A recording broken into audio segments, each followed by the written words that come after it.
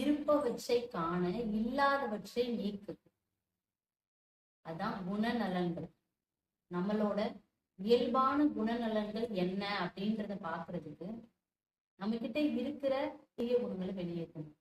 அன்பு, unconditional love, gratitude, நன்றி உணர்வு, கிவிங் மென்டாலிட்டி, கொடுக்கும் தன்மையில இருக்கிறது, மன்னிக்கும் மனப்பான்மை, ட்ரூத்ஃபுல், உண்மையா இருக்கிறது. இது எல்லாமே ஒரு மனுஷனோட நேச்சுரலாவே அவங்களுக்குள்ள இருக்கிற ஒரு நல்ல குணநலன்கள். ஆனா நாம எமோஷன்ஸ், உணர்ச்சியோட வெளிப்பாட்டுனால நம்மளோட தீய குணங்களை நாமளே உருவாக்கிருக்கோம்.